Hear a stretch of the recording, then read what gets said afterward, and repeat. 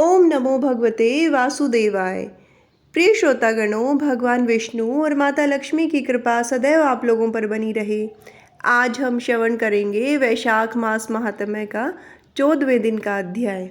कल के अध्याय में आपने सुना समभेद तीर्थ, सीता कुंड तथा गुप्त हरि और चक्र हरि तीर्थ की महिमा।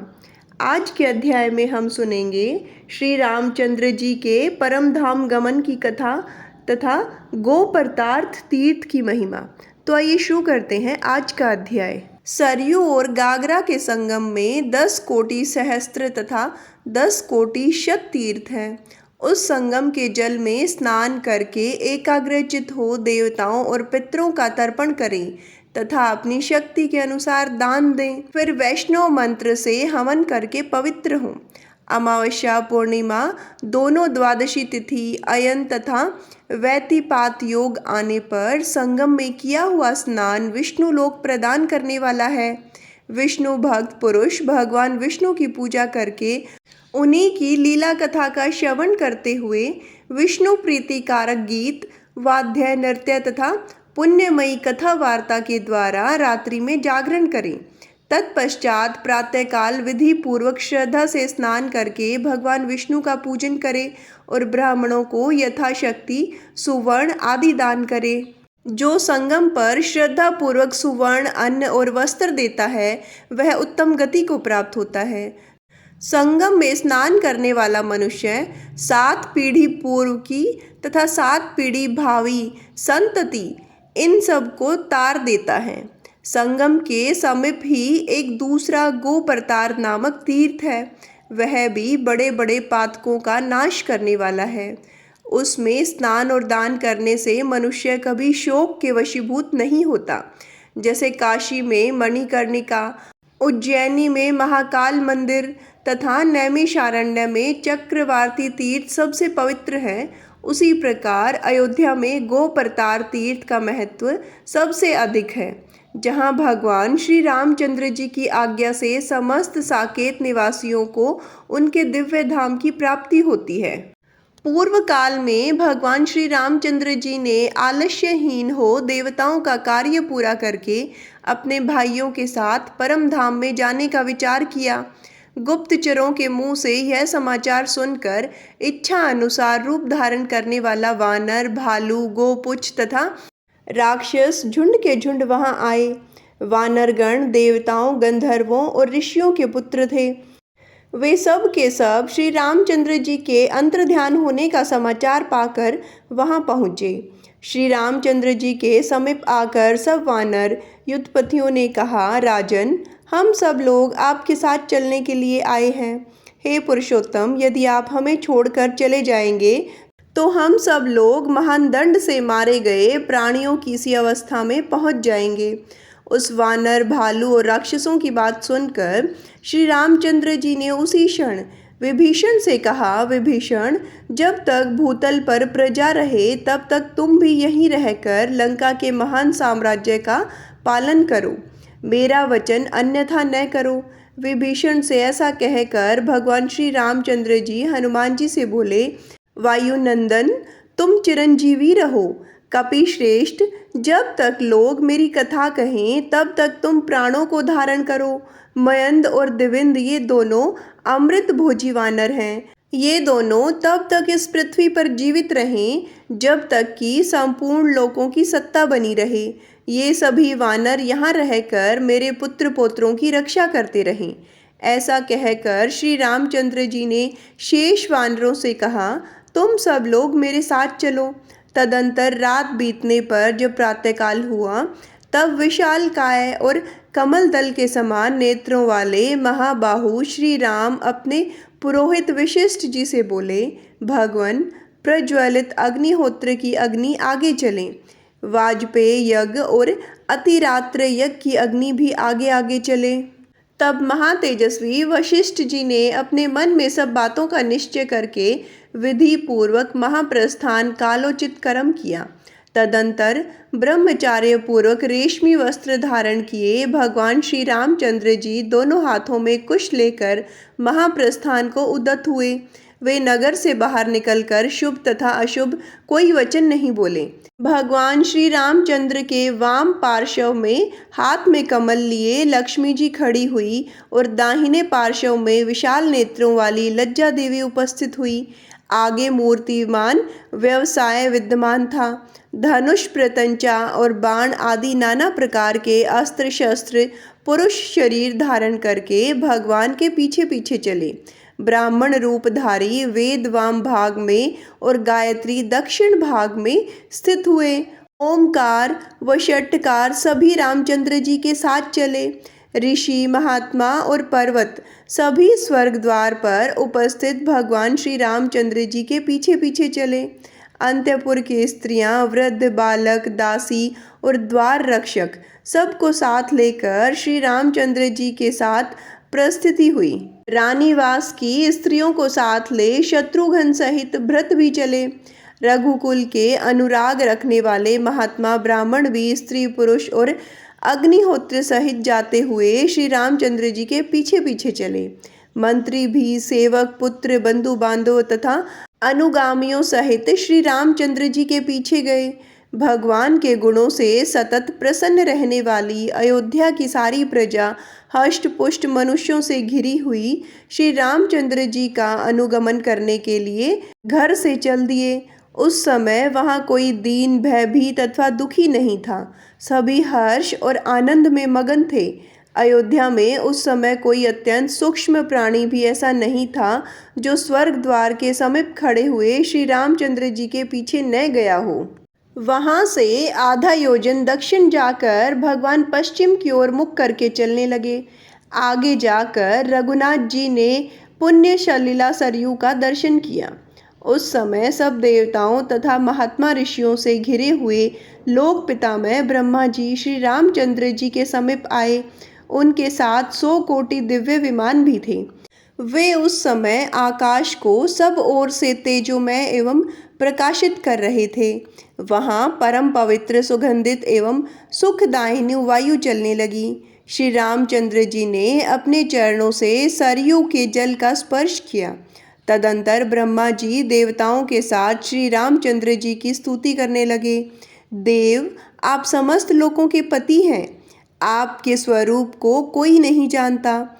विशाल लोचन, आप अचिंत्य एवं अविनाशी ब्रह्म रूप हैं। महावीर्य, आप अपने जिस दिव्य स्वरूप को ग्रहण करना चाहें ग्रहण करें। ब्रह्मा जी के ऐसा कहने पर भगवान श्री रामचंद्र जी ने अपने भाइयों सहित दिव्य वैष्णव तेज में सह शरीर प्रवेश किया। तत्पश्चात सुरश्रेष्ठ भगवान विष्णु का सब देवताओं ने पूजन किया। देवताओं का मनोरथ पूर्ण हुआ, इसलिए वे सब बहुत प्रसन्न थे। उस समय महातेजस्वी भगवान विष्णु ने पितामह ब्रह्मा से कहा, सुवर्त, इस जन समुदाय को आपको उत्तम लोक देना चाहिए। भगवान का यह आदेश पाकर सर्वलोकेश्वर ब्रह्मा ने कहा, वे समस्त मानव सांतानिक लोक में निवास करेंगे। स्वर्ग द्वार तीर्थ में श्री रामचंद्र जी का चिंतन करते हुए जो प्राण त्याग करता है वह परम उत्तम सांतानिक लोक को प्राप्त होता है। सांतानिक लोक मेरे लोक से भी ऊपर है। वानर आदि में से जो जिस देवता के अंश थे वे उसी में मिलेंगे। सूर्य पुत्र सुग्रीव सूर्यमंडल में चले जाएंगे। ऋषि, नाग और यक्ष सभी अपने अपने कारण को प्राप्त होंगे।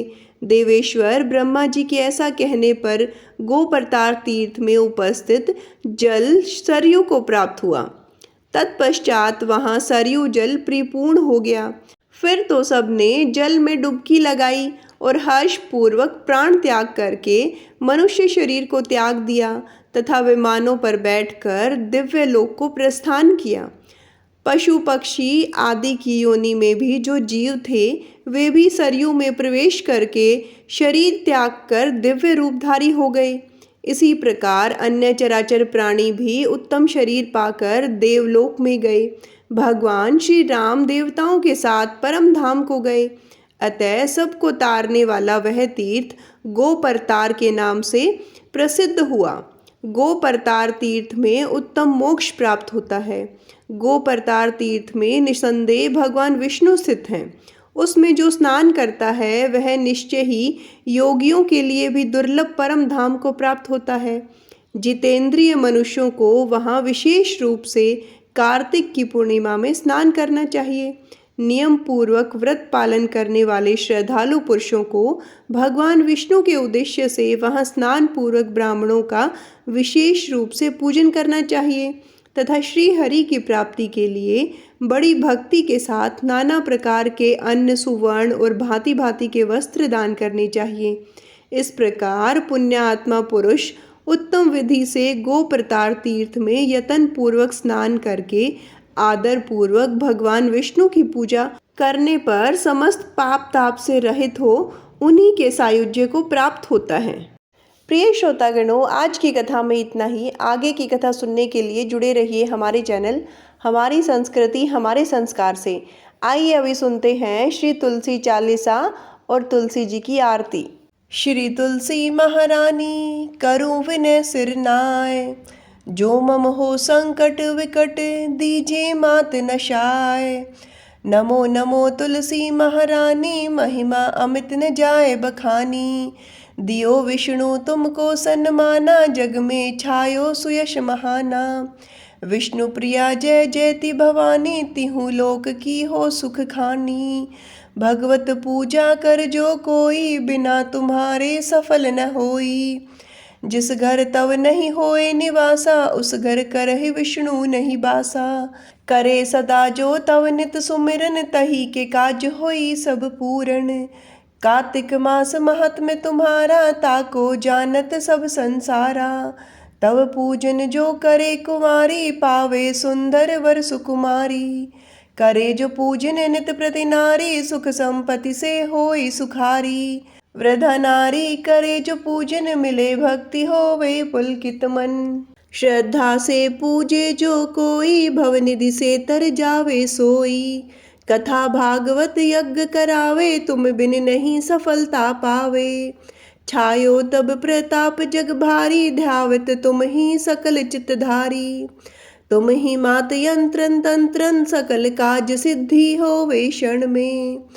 औषधि रूप आप हो माता सब जग में तव यश विख्याता। देव ऋषि मुनियो तपधारी करत सदा तव जय जयकारी। वेद पुराणन तव यश गाया महिमा अगम पार नहीं पाया। नमो नमो जय जय सुख करणी नमो नमो जय दुख निवारिणी। नमो नमो सुख संपत्ति देनी नमो नमो अग काटन छेनी। नमो नमो भगतन दुख हरनी नमो नमो दुष्टन मद छेनी। नमो नमो भव पार उतारनी नमो नमो प्रलोक सुधारनी। नमो नमो निज भक्त उभारनी नमो नमो जन काज सवारनी। नमो नमो जय कुमति नशावनी नमो नमो सुख उपजावनी। जयति जयति जय तुलसी माई ध्याऊं तुमको शीश नवाई। निज जन जानी मोहि अपनाओ बिगड़े कारज आप बनाओ। करूँ विनती मैं मात तुम्हारी पूर्ण आशा करहूँ हमारी। शरण चरण कर जोरी मनाऊं निश दिन तेरे ही गुण गाऊं। करहूँ मात अब मोह पर दाया निर्मल होए सकल मम काया। मांगू मात यह वर दीजे सकल मनोरथ पूर्ण कीजे। जानू नहीं कुछ नेम अचारा क्षमहू मात अपराध हमारा। 12 मास करे जो पूजा तासम जग में और न दूजा। प्रथम ही गंगा जल मंगवावे फिर सुंदर स्नान करावे। चंदन अक्षत पुष्प चढ़ावे धूप दीप नैवेद्य लगावे। करे आचमन गंगा जल से ध्यान करे हृदय निर्मल से। पाठ करे फिर चालीसा की स्तुति करे मात तुलसा की।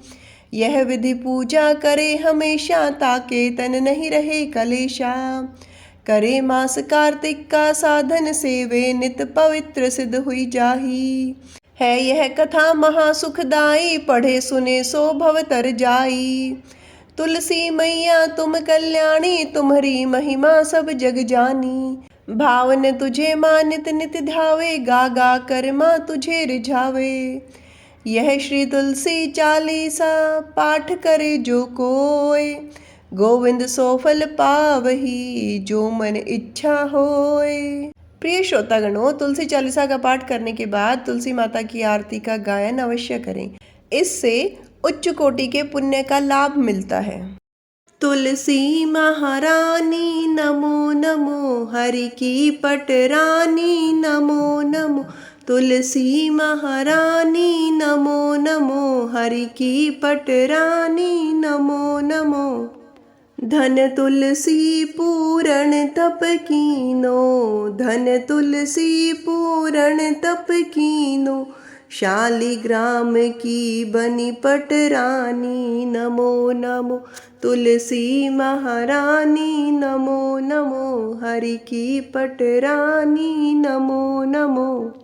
जाके पत्र मंजरी कोमल, जाके पत्र मंजरी कोमल। श्रीपति कमल चरण लपटानी नमो नमो, हरि की पटरानी नमो नमो। तुलसा महारानी नमो नमो। धूप दीप नैवेद्य आरती, धूप दीप नैवेद्य आरती। पुष्पन की वर्षा बरसानी नमो नमो। तुलसा महारानी नमो नमो, हरि की पटरानी नमो नमो। 56 भोग 3600 व्यंजन, 56 भोग 3600 व्यंजन। बिन तुलसी हरि एक न मानी नमो नमो। तुलसी महारानी नमो नमो, हरि की पटरानी नमो नमो। तुलसी महारानी नमो नमो। सभी सखी मैया तेरो यश गावे, सभी सखी मैया तेरो यश गावे। भक्ति दान दीजे महारानी नमो नमो। तुलसा महारानी नमो नमो, हरि की पटरानी नमो नमो। नमो नमो तुलसी महारानी, नमो नमो तुलसी महारानी। तुलसी महारानी नमो नमो, हरि की पटरानी नमो नमो। तुलसी महारानी नमो नमो। प्रेम से बोलिए तुलसी माता की जय। श्री हरि विष्णु भगवान की जय। माता लक्ष्मी की जय।